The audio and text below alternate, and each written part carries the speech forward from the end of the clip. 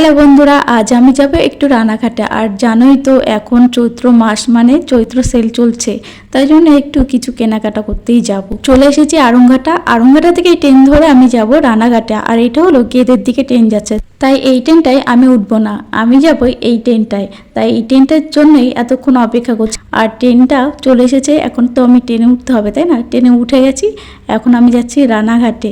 আর রানাঘাটে কোথায় কি ঘুরবো দেখতে থাকো। আচ্ছা, তোমরা কে কে রানাঘাটে এসেছো? আর রানাঘাটটা জানোই তো কত বড় একটা শহর, আর অনেক লোকজনের ভিড় থাকে।